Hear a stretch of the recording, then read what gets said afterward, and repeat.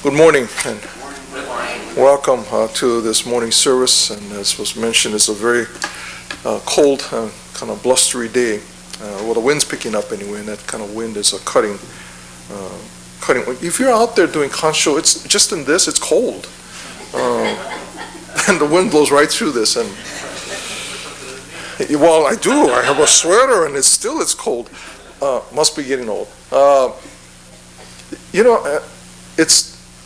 It's about the same temperature in Kyoto, actually, as it is here now. When we went to Kyoto this past summer, we wanted to kind of check, see what the temperature was like in Kyoto. And so on the utility that brings up these temperatures, we had both San Jose and Kyoto listed.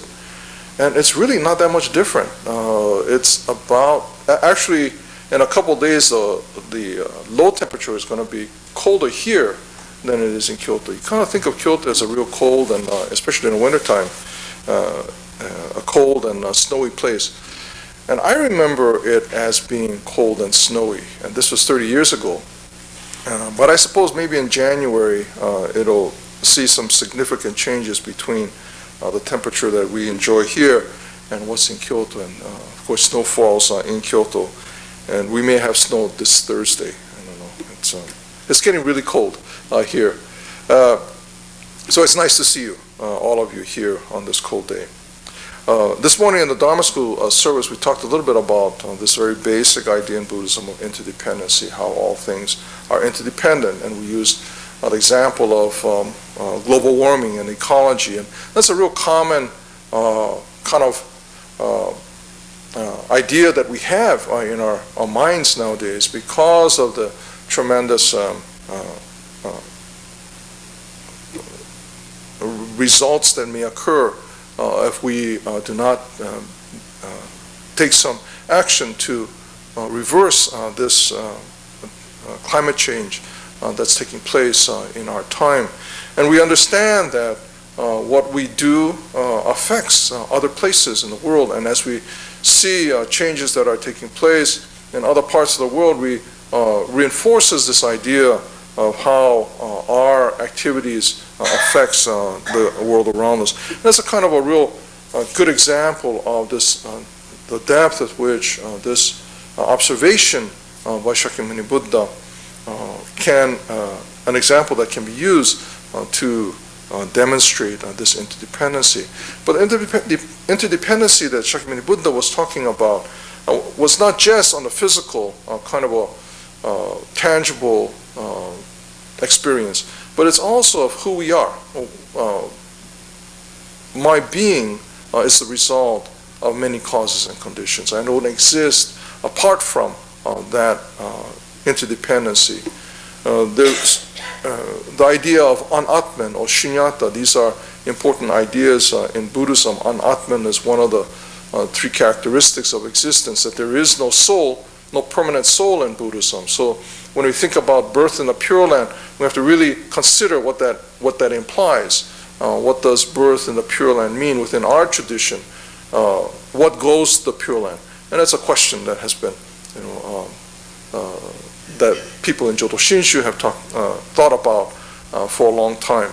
And in a way, it's a question that can be answered as we understand, not as it's imposed upon us by some outside dogma, but our understanding of what that being born in the Pure Land can mean. That interdependency, where there is no, the understanding where there is no identity outside of the relationships that we share. That when the causes and conditions are right, we come into being, and as these causes and conditions change, we cease to exist.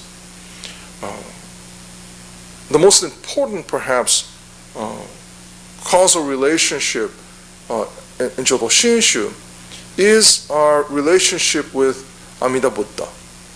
That without this causal relationship, if there was no connection between Amida and myself, it would not be possible for, at least not be possible within the context of Jodo Shinshu, possible to experience enlightenment, to become freed of the difficulties that we experience as human beings. Today we read the Sambutsuge, and I'm glad we read that. I was thinking of asking whoever the chair was this morning to read this Sambutsuge. If you take a look at their Dharma School Gata book, in the back of the Dharma School Gata book, on page 112, there's actually a translation of this Gata. And it helps to have some context. I mean, we read these things all the time, and reading it, chanting sutras, and studying sutras are two separate things. There's a whole discussion about, let's translate these things which we read, we read during services, and let's read them or chant them in English. And one side of the discussion says, if we read it in English, it'll help us to understand, to know what we're reading, what we're chanting. And the other side says that chanting is separate from understanding what's in the sutras. That chanting is a practice that helps to. It doesn't matter. It's a practice that's shared throughout the tradition. That no matter where you go, you can read the Sambutsuge or read the Choshinge or read Junirai together, regardless of what culture, what society, or whatever that you may come from. So, comprehension in the translation,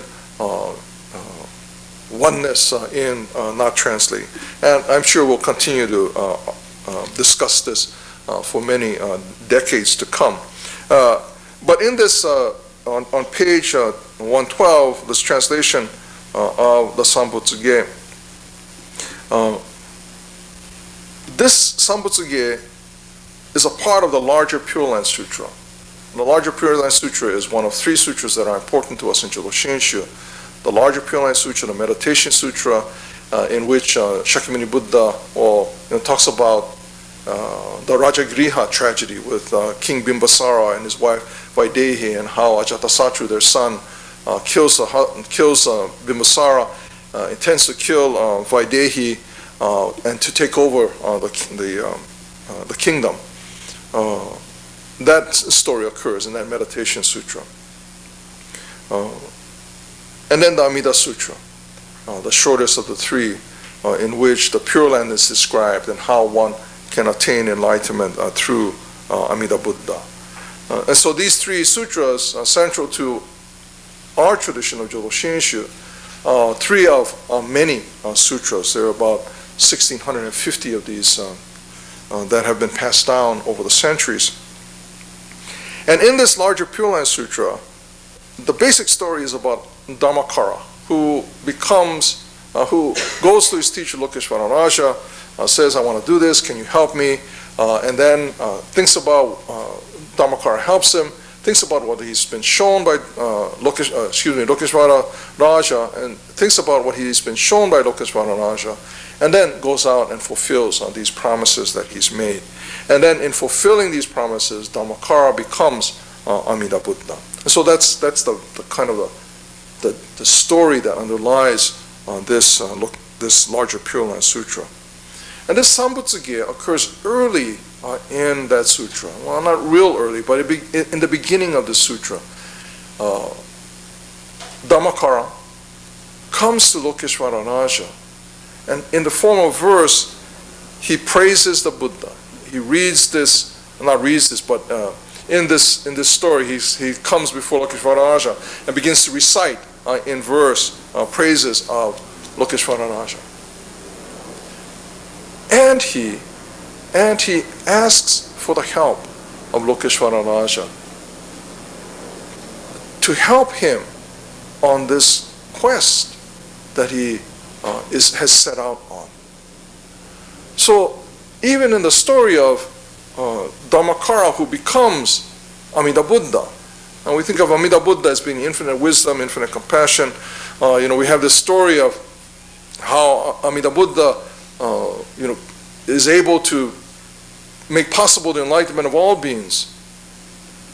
But in the beginning, it's a relationship that Lokeshvara Raja, that Dharmakara shares with Lokeshvara Raja, that allows him to do that. So Dharmakara doesn't do this in isolation, doesn't do it by himself. but it is in a relationship with someone else that he's able to do that.